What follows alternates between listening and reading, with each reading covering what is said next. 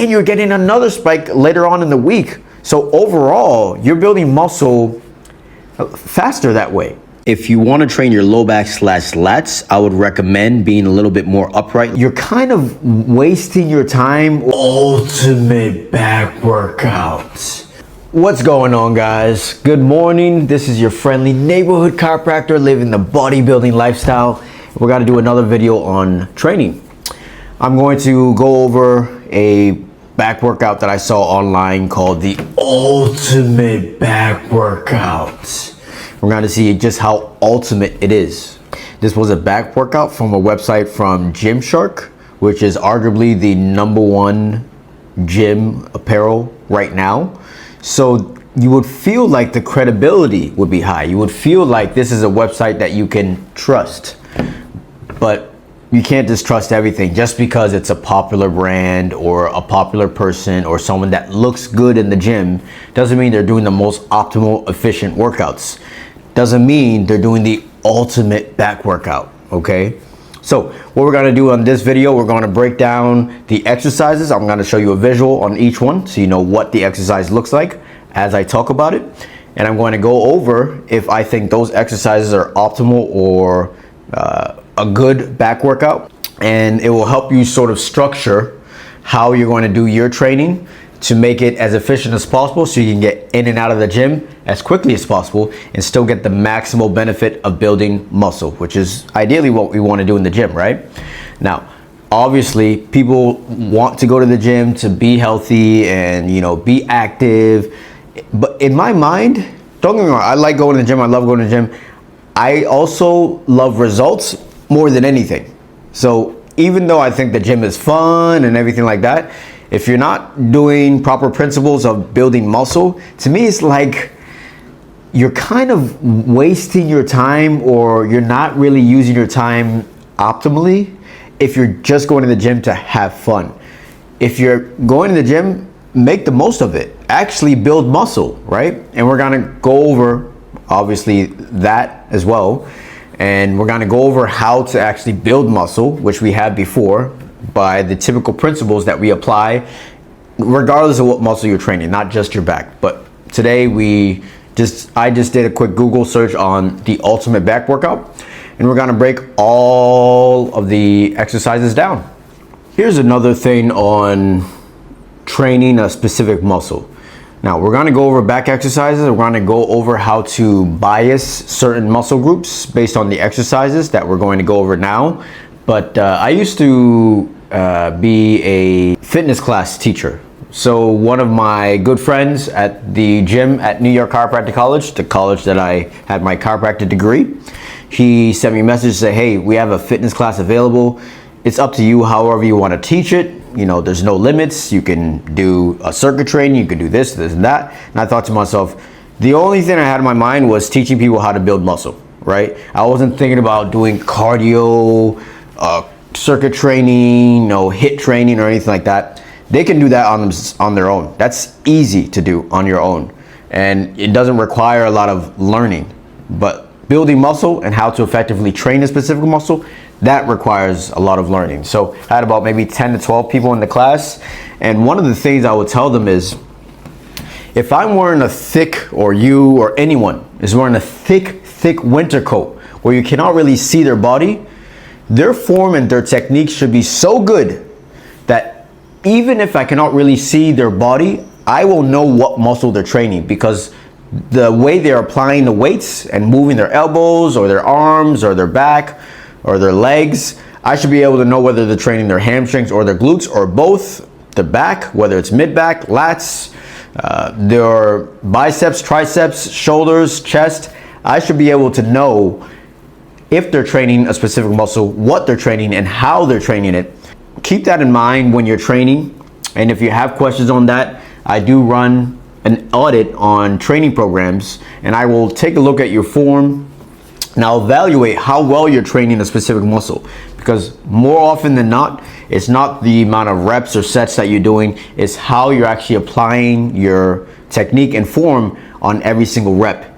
So if you're not training effectively, it doesn't matter how many reps or sets it matters. but the form and technique is going to be above all else, okay? So if you have questions on that, if you are interested in doing a training audit with me where I evaluate your training from reps, sets, volume, looking at videos with how you're training, checking if a certain exercise is right for your anatomy, doing checkups on how things are developing, if you're doing the correct amount of volume, I check everything. And that is available on my website if you're ever interested. But let's get back to the video. So we are on the Gymshark website, and at the very top, the title is the best back exercises to level up your back workout. Come on. I already have low hopes because it's Gymshark. Not trying to be a jerk, but I don't know, it's pretty mainstream. So they kind of tailor to everyone. So on this back workout, they have 8 back exercises, and it's going to go over what main muscles of the back that they're training on each of the exercises. And I'm going to give my input on what I think about these back exercises. The first one is a bent over barbell row. And with this exercise, you can train your mid-back / rear delts or your lats / low back, depending on the angle and the position of your elbow. You know, if you're rowing high, rowing wide, rowing close, or rowing low, that's what you need to think of when you're doing a bent over barbell row. What muscle do you want to train? And I'll give a quick visual with my physique so you can see the difference, okay? Here's a quick visual for the bent over barbell rows. If you want to train your low back / lats, I would recommend being a little bit more upright like I am now. And my elbow direction is going to be low and close to my body or close to my hips. And you do want to be a little bit more bent over when you're training your mid back or upper back like I'm showing you now. And your elbow direction is going to be higher and further away from your hips or your low back. And the main focus here is squeezing the shoulder blades nice and tight together and getting a nice big stretch at the bottom. And you can do a combination of both your lats and your mid back / upper back at once. It's not as specific, but it is an option. I'm not gonna do a visual on every one of these exercises, okay? This is just to show you for bent over barbell rows, okay? So if you choose to do a bent over barbell row, there's advantages and disadvantages to that exercise. One, for an advantage, is it really helps to improve and build your low back. It really helps to improve on good core stability because you need to be able to maintain that position, because unlike a machine, you don't have that external stability. You have to build it internally, right? There's nothing supporting you, say when you're doing a row and you have a chest support. You don't have that on a bent over barbell row. So it builds, in my opinion, what you would call the foundational strength that you have. Before you maybe get into things like machines or any other exercise. Now, I'm not saying you should pick one or the other. I think you can do free weights or machines. There's not, in my opinion, a better way to do things. It's just what works for you. Personally, I would not program a bent over barbell row that often, because as you get stronger and the weight gets heavier, in my opinion, it gets too hard to maintain your ability to get the same angle every time you're rowing that bar. And it just becomes something that is a core stability challenge more so than actually training your back, because the weight's just getting heavier and heavier and your back is just getting more and more taxed. And you're more worried about maintaining positioning than actually training either your mid-back, rear delts, or your low back and lats. Personally, that's my opinion.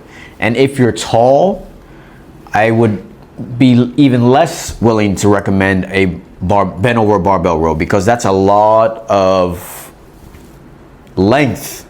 Come again? That's what she said. Okay. I don't know what you're talking about. If I may, that's what she said. That's a lot of length to actually maintain that position for your back as you actually row. Now, this website does not really say, hey, you should do 2, 3, 4, 5 sets or anything like that. For any exercise, I always recommend doing 2 to 3. I don't think doing 4 or 5 has any extra benefit at all. I would prefer that someone just moves on after 2 or 3 and then that's it. They don't really necessarily have to do, 4, 5, 6 sets. To me, that's a waste of time. I want to be in and out and doing the least amount of sets and exercises possible. Pendlay row. This is a very popular one for powerlifting. because it builds, again, foundational strength and positioning for exercises like the deadlift.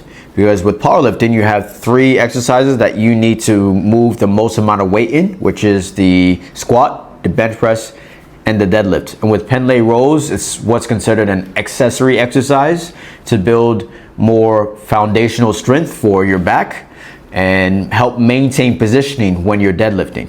Okay. Now with Pendlay rows, there's a break after each rep. What I mean by that is you row, and as you see in the visual, the bar actually stops on the floor, and then you do another rep. With any exercise, whether it's your back, your biceps, whatever, you ideally want to maintain constant tension on the muscle. And Pendlay rows do not allow you to maintain constant tension on the muscle because the bar, at some point, every single rep stops on the floor. Now, constant tension does not mean you have to always move the weights. For example, if I'm doing a bicep curl, I can still hold the weights. I'm not relaxed. That's not constant tension. I'm still maintaining the weight of that dumbbell or barbell or whatever.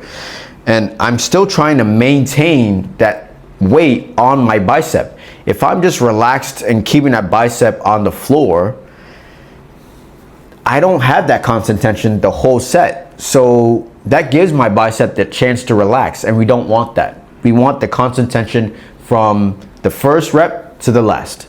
So just because of that, Pendlay rows is not what I would consider something that is a great exercise for building muscle for the back. If you're gonna do a Pendlay row, you might as well just do a barbell row where you're not actually putting the weight on the floor at all. To me, it's no different than a barbell row. It's actually less efficient to build muscle. So far I would say for barbell rows, it's not bad, but Pendlay rows I definitely would not add to anyone's back programming at all. Unless maybe they had some sort of injury to their low back and we need to rebuild the strength in their low back and their core. That's not a bad exercise to use, but that's more rehab to get people out of pain or discomfort, or to rebuild strength at a starting position so they can do exercises like the barbell row where they can actually get more effective and more efficient at building their back. The third exercise I have on this Gymshark website is a gorilla row. I don't even remember the last time I've seen this exercise. It's just not efficient. It's even less efficient than the Pendlay row, and I'll tell you why. Daddy, chill. What the hell is even that? You're constantly alternating the side that you're training if you're doing a gorilla row. So you train one side, you put on the floor, then you switch to the other side. So not only are you being inefficient because the weight is on the floor, one side is actually getting an even longer break because it's not being trained while the other is being trained. So gorilla rows are definitely something I would absolutely not put into a training program. And this is why it's important to maintain and understand key principles of building muscle. Because you can look at this and think, wow, this looks really hardcore. This looks like I would build a lot of muscle. This looks like I would get stronger. Maybe you'll get a little bit stronger, but in terms of being able to build muscle, this is not what you want to have in your training program. Exercise number 4 is pull-ups. Now for pull-ups, I like pull-ups, to be honest. I do like them a lot. I don't use them right now in my training because I think when you're new and you don't have a lot of back development, I think pull-ups are a great way to build overall back size and back strength. But if you have, 3 to 5 years of experience training in the gym, pull-ups are still great. They're still going to allow you to build muscle, but in order to actually progress with them, doing more than 8 to 10, 12 reps, to me it's almost like it's too many reps to just keep progressing on. And you can add weight, which helps, but then it gets awkward with putting the weight on you and setting that up. So you can do pull-ups in 2 ways. You can do it without support, where you have nothing underneath you to keep you stable. When you're doing pull-ups, you can either train your mid-back or train your lats, or kind of a combination of all of it. But for the sake of being more specific, I would recommend training either your mid back or your lats when you're doing pull-ups. So you can do pull-ups unassisted where you don't have anything to keep you stable. My recommendation would be to have a support under your feet. So there are machines, I guess you call them machines, or an apparatus where you can have a padding that's right under your knees so you can pull up and you don't have this swinging of your body as you do every pull-up, because you have something right under you that's going to keep you stable. Because anytime you're doing an exercise, you want to put yourself in the most stable positioning possible. Okay, you want to be able to only think about moving the muscle that you want to train and not worried about how your body's swaying during the exercise or anything like that. Okay, so in my recommendation, I would say that doing pull-ups assisted are a little bit better than doing them unassisted. The only negative maybe is the fact that if you're doing the pull-ups assisted, it's a little bit difficult to progress in terms of weight because you have something underneath you, and you know, the dumbbell or whatever you want to attach to yourself is not really going to be added onto the weight. In a certain way, it's not going to be added to the weight that you're training. Would I add pull-ups to someone's workout? Yeah, I would add pull-ups. It's not one of my go-to exercises. It's not one that I think, okay, this is what you're going to be doing for sure. But if someone has, for example, if I have a client that has just a home gym and they have minimal equipment and they're not really sure how many exercises they can do, 100% pull-ups are going to be one of my go-tos, because that's something they can progress, whether it's assisted or unassisted, and they can continue to progress for definitely months before having to maybe get a new machine or a new exercise added to their programming, because they're kind of at a standstill in terms of their progress with the pull-ups. Because that can happen with pull-ups where you do get a standstill. Even if you're doing the free weight pull-ups and you're able to add weights, at some point, it becomes a little bit awkward and just too much of a disadvantage setting up the weight, you know, getting like a belt to put the dumbbell on, or, you know, the plates on, and getting up to the pull-ups. It just becomes a little bit too inefficient at some point as you progress with your pull-ups. Exercise number 5 is the deadlift. It's definitely one of the more controversial exercises. Now, forget about whether, you know, you get hurt with deadlifts. First of all, you should absolutely know how to deadlift. Doesn't matter how young or how old you are, you need to be able to learn how to pick things off the floor. And if you can pick things heavy off the floor, that's even better for you. So you can even have better longevity and better quality of life, so you don't have to depend on someone to pick something off the floor for you. Deadlifts, of course, form and technique, although it's simple, you know, after you get used to it, if someone is not sure how to deadlift and they don't know how to brace properly with their core, how to use their lats to stabilize the bar, how to use their legs to lift the bar, it becomes a little bit difficult to not get them injured. But that's not because of the barbell or because of the exercise. It's just the fact that there's inexperience in that exercise, right? Another thing with deadlifts is, are you going to be using them for your back, or are you going to use them for your posterior chain exercises for your legs, like your hamstrings and your glutes? Personally, I would say deadlifts are more useful for hamstrings and glutes. Personally, I think if you're using deadlifts, I'll put them more as a hamstring / glute exercise, more so than a back exercise, because your back is really more for stabilizing that bar instead of actually using your back to lift it. Now, deadlifts are excellent for building your low back and your erectors. That's an excellent exercise. There's very few exercises that you can use that much weight to actually load your erectors and your low back. Okay, so you can get stupid strong with deadlifts and building your low back and your erectors, and to some degree your traps as well, because you're having to hold and maintain that weight. But in terms of progressing to see progress on, say, developing your lats or even your mid back, it's much more difficult to progress those muscles on a deadlift compared to your low back and your erectors. So if it was me and a client has lack of erector muscles or a low back, I may add deadlifts.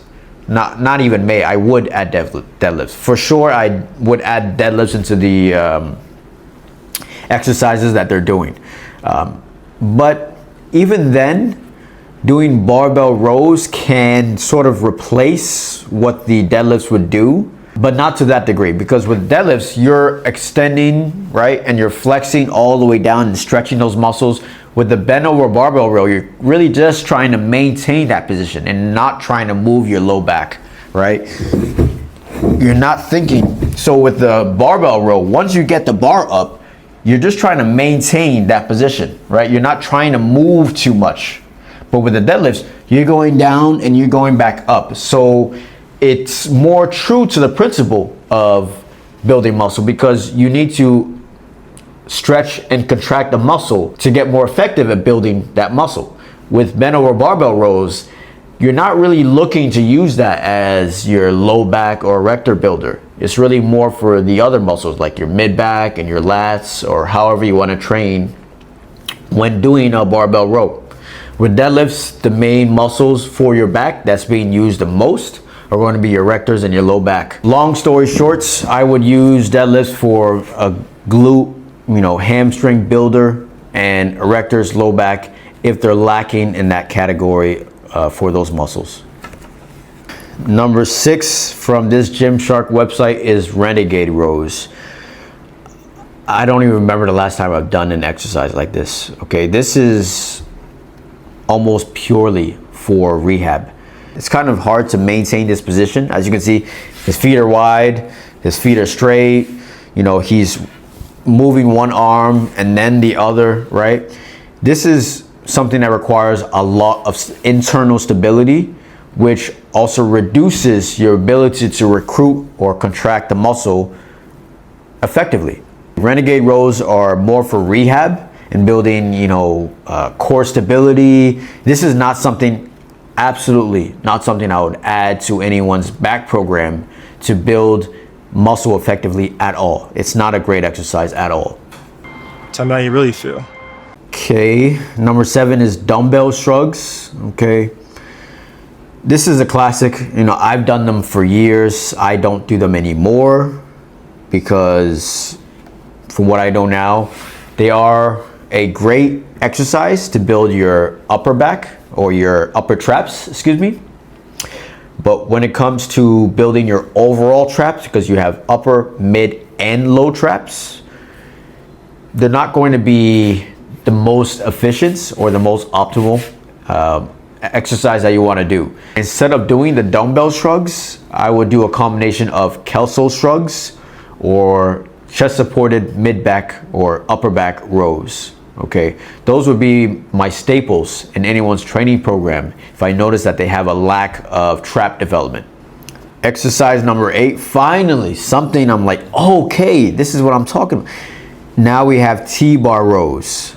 Now T-bar rows you can do in different ways, but ultimately you need to find a good grip attachment that doesn't have your arms too close, because that's, if you follow on my Instagram, you will see that elbow angle is going to be important for back development, because when you get elbows that are less than 90 degrees, right, that's going to be a lot of, you can see my bicep is literally contracted, it's literally tight.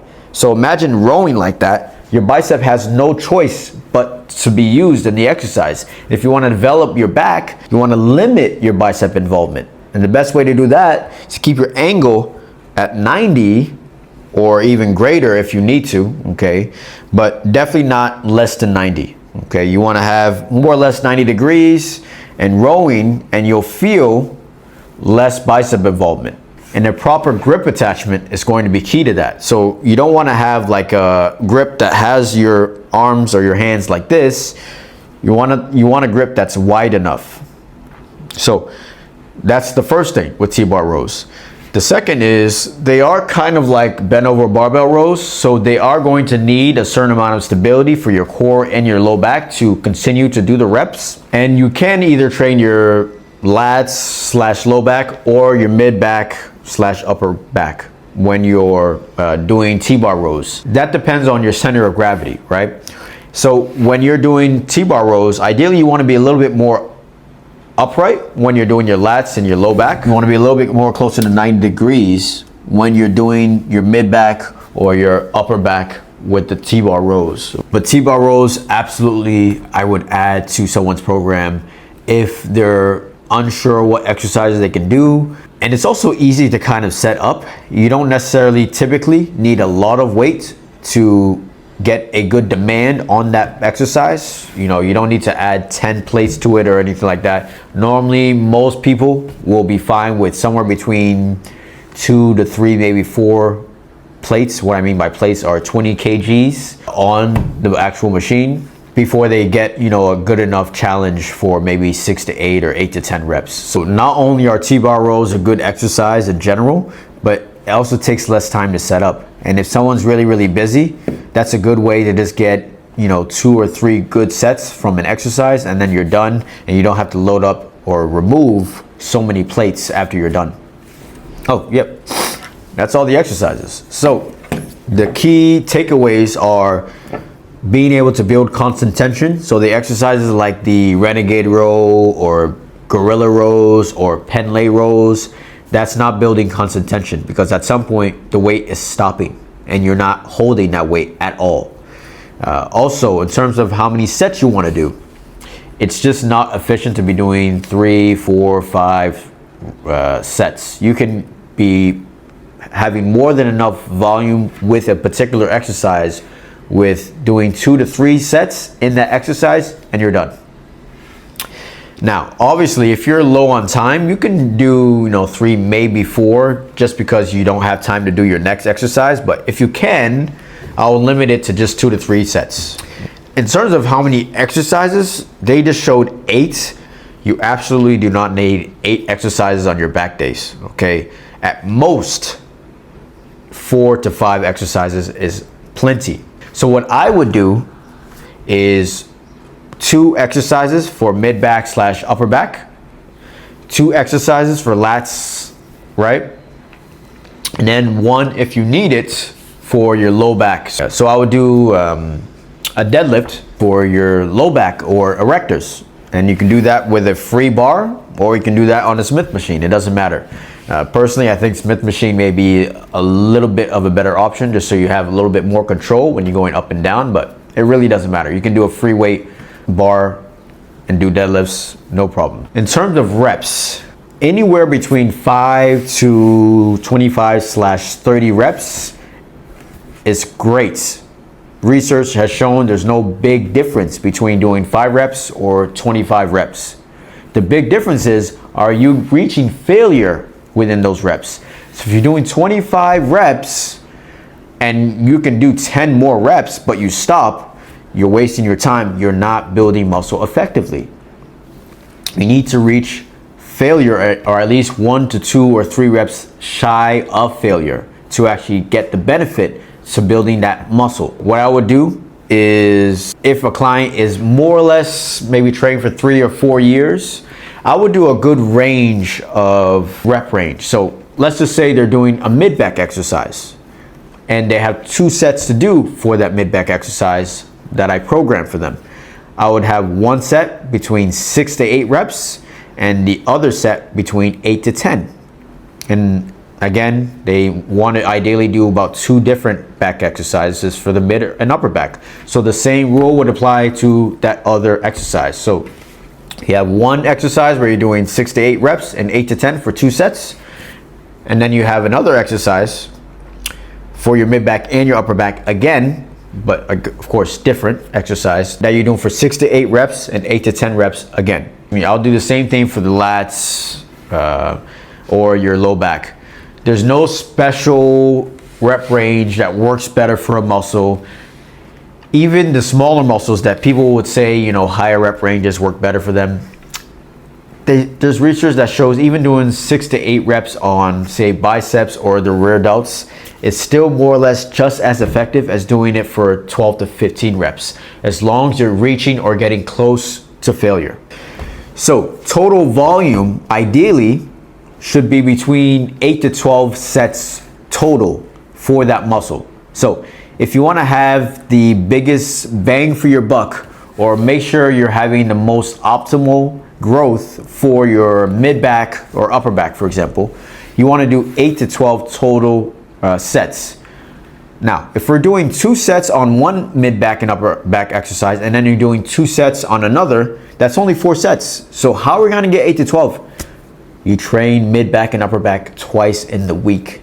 And even though it's boring, you can still do those same 2 mid back, upper back exercises again in the week. But personally, because I know my clients, a lot of them, they may not like going to the gym, right? So they need to have some level of fun or creativity. So I would find 2 other mid or upper back exercises for them on their second day of training it, but still maintaining, 6 to 8 reps, 8 to 10, or if they want, they could push it to 12 to 15. If they like higher reps, I'm okay with that. As long as they reach or get close to failure, I'm okay with that. 8 to 12 sets on a muscle is ideal for growing muscle effectively. So here's the thing, you can train 8 to 12 sets in one day, but that's a lot of sets, and that's only your mid and upper back, and then you have to do lats as well. That's a lot. The way I see it is this. You'll build muscle just training a muscle for 4 to 5 sets, okay? So that'll give you a spike. If you do 8 to 12 all in one day, maybe you'll get a bigger spike, but that's just one big spike. If you separate that frequency, if you increase that frequency and separate the amount of volume, you're getting one spike and you're getting another spike later on in the week. So overall, you're building muscle faster that way, to be honest with you, because you're getting that stimulus twice in a week compared to just one. And it's less time because you're not doing all that volume in one day. And that's great if you're a busy person, right? So it's just so much more benefits for training a muscle twice in the week compared to once. All right, guys, I hope that was helpful. If you have any questions, if you're interested in doing a training audit with me, I do video calls with my clients. You can book on my websites. If you're not sure what my website is for whatever reason, you can send me a message on the YouTubes or DM me on Instagram. I will reply when I can.